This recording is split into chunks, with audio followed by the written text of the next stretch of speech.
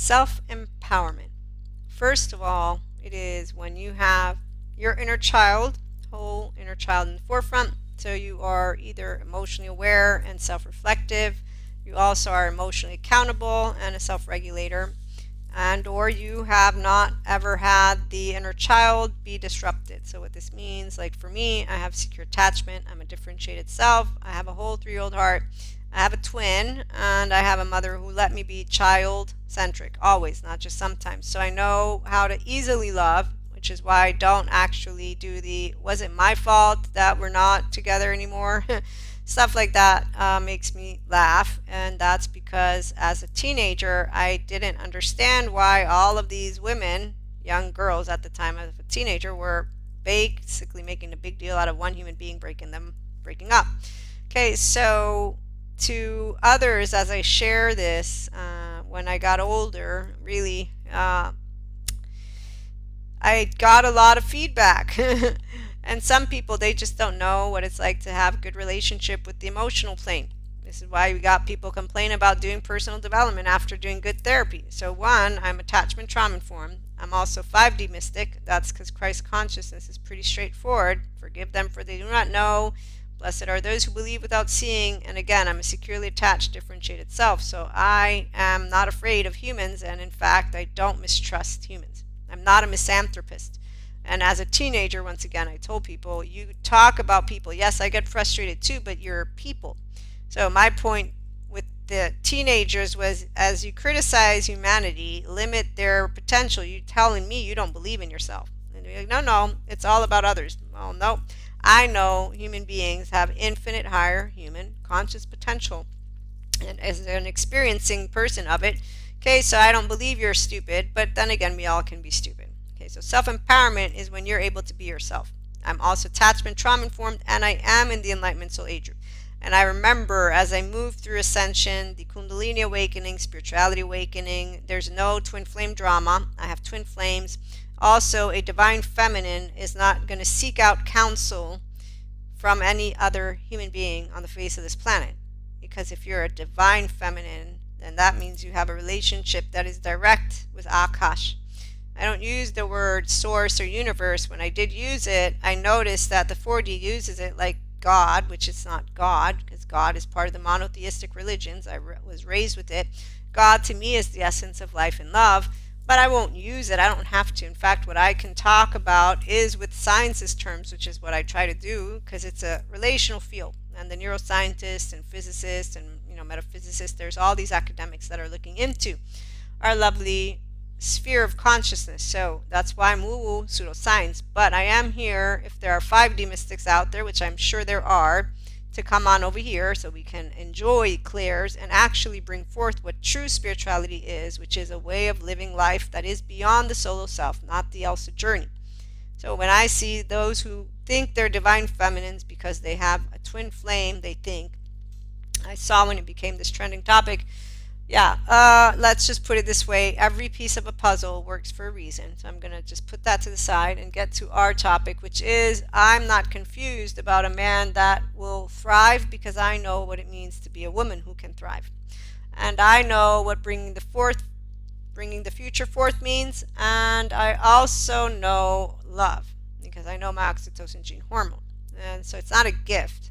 I'm self-empowered because I have the capacity to be my 0-1-year-old attach, and it doesn't panic. I have my own panic attacks, and that's when light body and energy body, again, spirituality awakening and Kundalini awakening, I notice that there are people who give you all these steps, and that to me is a person who is great. You're giving guidance to what are Elsa journey human beings. And that's because if you're, again, a divine feminine, you have a very clear channel, but you do need to have a clear channel with your inner child. And so what I've noticed is the 4D collective are people who have a Peter Pan, and then they have Elsa, and then they have Lost Boys, so they're all basically looking for the star to be special and to be seen, to be soothed, to be safe, to be what? Secure, to be themselves. So they find a group, and that's why there are people who think that human beings will always need a silverback and that they will always be pulled. I beg to differ because the 5D collective is not that. We are discerning. and we know our inner child, and we don't have them do let us out, no, we're out. And so we build secure attachment relationships. Okay, so a man who will thrive is an emotionally available man, not one who is in their nervous system's response, that is of the survival, so the safety, the threat response. When that happens, it's going to be very clear to me, because you're going to bring forth not the future with me. You're going to be, in my case, a divine masculine that is not in any way, shape, or form what you could be. And I'm going to know that that poor inner child of yours is locked up, and that you're going to bring forth, because at a certain point what happens is a person who's not allowing themselves to become intimate here is allowing the past to continue to project and repeat that karma cycle. The 0-1-year-old attached panicky, and then the 3-7 shame submissive. And so divine masculine that has not welcomed himself home to his own divine feminine. I have mind heart harmony because I never lost my divine masculine, divine feminine. So we all have those attributes. You can also call them masculinity, femininity, however you prefer. But again, a self-empowered woman, we will not be confused because we have restorative embodiment. I know what it means to have healthy self-worth. I know how to love myself first, because loving yourself first is not about being selfish. The unbridled expression that you see from women who say they love themselves first, not to mention the hypocrites. Okay, so when I see a woman who's saying I'm empowering women, and then they're basically enmeshed, and then it's basically the mission of this human being who's claiming to empower women is one other human being. Empowerment is that you welcome all of you, differentiate, and then that you're comfortable to be yourself with me or without me. Means that you're ready to go off into the world. That's why I'm a solo polyamory person. I'm not couple centric, and I don't need a man to emotionally, mentally, or physically reassure me. This does not mean that we do not enjoy the company. That's why polyamory, again, twin flames. And see, this is the other part about divine mystics, divine feminines, excuse me. No energy vampire, no dark aura, none of what I have heard any of the 40 do. It's disrespectful, it's dehumanizing, it's not Christ consciousness, and the fact that they would even remotely not become aware that they're not following in the footsteps of Christ consciousness is beyond my imagine. But then again, here's where I'm not a disrupted piece of consciousness. I don't have fear of humanity. I don't want to be a human. I want to be with the stars. I don't have pseudo-aliveness. This is the other part. So let me put that to the side because it's not about mystics. The men that are emotionally available to themselves are the ones who will be part of the future. And really, because life is always moving towards itself, what I know is that the smart man will adhere to, let me think about it, because it's their own gut and their own brain that's working. So what does this mean?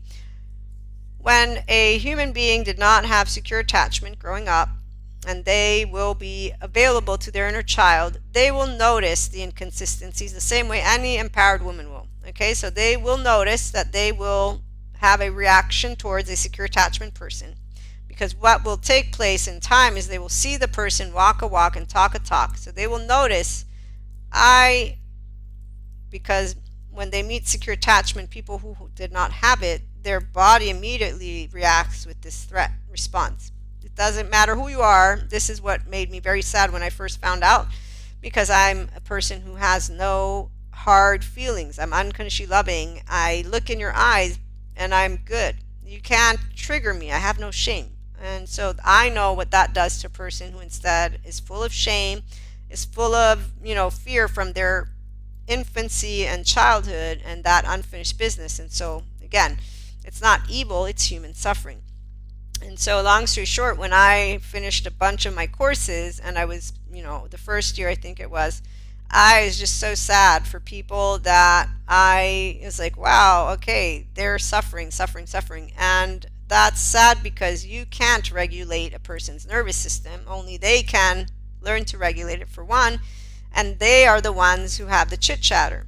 And so that's the other part. And if they are choosing to silence themselves because they're not going to talk to you about any of their chit chatter, and they're just going to make up bullshit in their head, you know what I mean?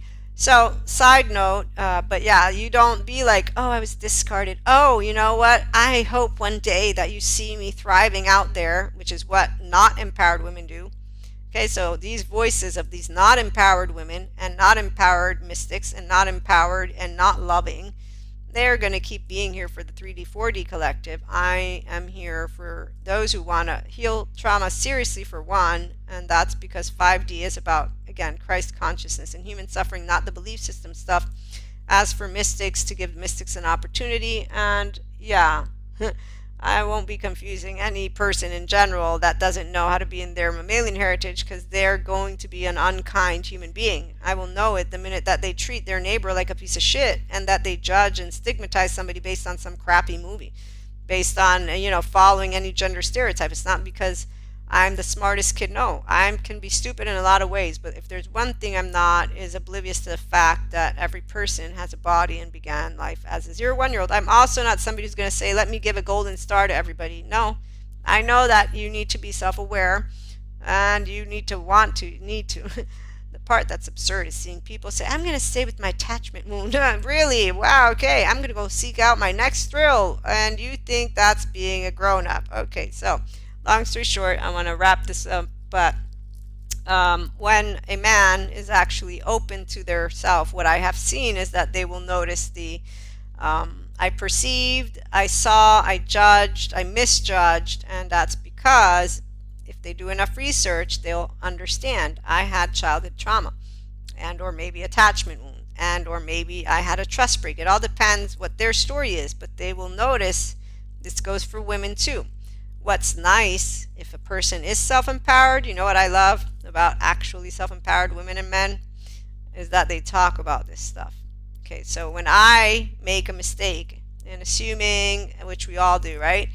And I tend not to, because I tend not to be a teenager since I got out of it, but I won't ever exclude myself, because I can't tell what a person will think, right? So it's based on whatever another person brings to me that I can share with you a story. So I'm trying to think if there's a story for me where I misjudged anyone, and I don't know about that, because I will usually try, again, not to cast a stone. I was casting stones as a teenager because I was doing the whole good and bad, and when I realized that, I said, nope, anarchy. So to this day, I do not use the words good or bad, and I love to see philosophers that are actually saying we really should stop thinking of humans as inherently good or evil, and they're not. They're all people. That's the point. But for those who believe in the attachment and new updated neuroscience and stuff like that, and I know, to me it's funny that we have to say believe, but it's like with Reiki. I don't believe in Reiki or others. It's demon. No, it's not. But okay. So what is going to be for sure, if you have a restorative embodiment, you won't be confused by a facade, because I will immediately pick up your nervous system and you'll pick up mine.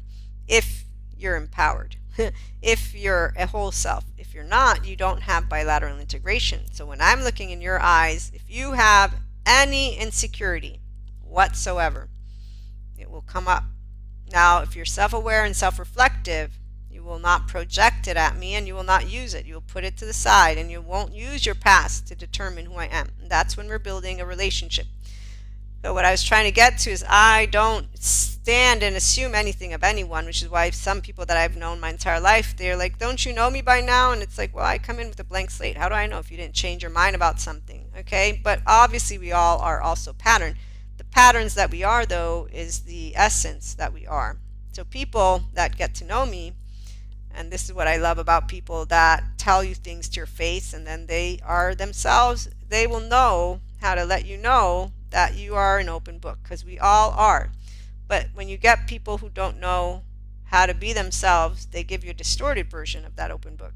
And when instead they're not people who are distorting you, it's nice, whether they're divine feminines or divine masculines, they'll let you know that it's very clear that you're a person who will wear your heart on a sleeve, or basically be an open book. And this is something that I chose as a teenager. I'm like, why should I hide myself from anyone? I want to be who I am, knowing that people will judge self-empowered women as potentially evil bitches, evil witches, for my mystics, is not the same as when I see those women who are not empowered do what they do. But it doesn't have to be a comparison. What I can tell you is a man who's open to himself as a woman will know that they don't meet a person and look at them as that. They will meet a person and they will leave the rest alone. They don't use buzzwords to define each other. Hopefully that's helping to make sense. So they have a good gut with themselves, and then they interact with other people in the absence of creating any assumptions. If they did create any assumptions, they will allow themselves to notice, I misread and misassumed and mistook this. If they have any childhood charges and insecurities, they will look to themselves and say, okay, I know why. And in fact, if they're smart enough because they learned enough about the psychoeducation, then they will know, okay, the reason I misread that one is because they're a healthy self-worth, secure attachment person. This is the very thing I didn't get in my first year of life, because there's all this great information out there. So the capacity for your left mode to understand this is there. The capacity for you to be open to your right mode is there. If you got a man that is that, he's a man that's going to thrive. He's a man that I will know is there because his inner child is not, let me out, let me out. His inner child and I have fun. Same thing goes with women. So we bring forth the future because we have love. Those are secure attachment relationships, which the 5D is all about over here at IHP. Okay, so we support healing trauma seriously, but we know that it's the person who needs to let the gates open to build intimacy. And so it's all pachas over here, and then we get to talk about how to handle, Cuscos and squirrels and all the not self-empowered people and stuff like that. So join us and subscribe, like. If you have anything that you want to ask for you, it's the paid subscription-based model, Compton Ask Maria, like Dear Abby. If you want something for me to cover because you're like, you know what, I think she could give some good food for thought, let me know. That one we have FAQs on the audio podcast, but I can also bring it to our YouTube channel. So let me know about that through email. Have a good one.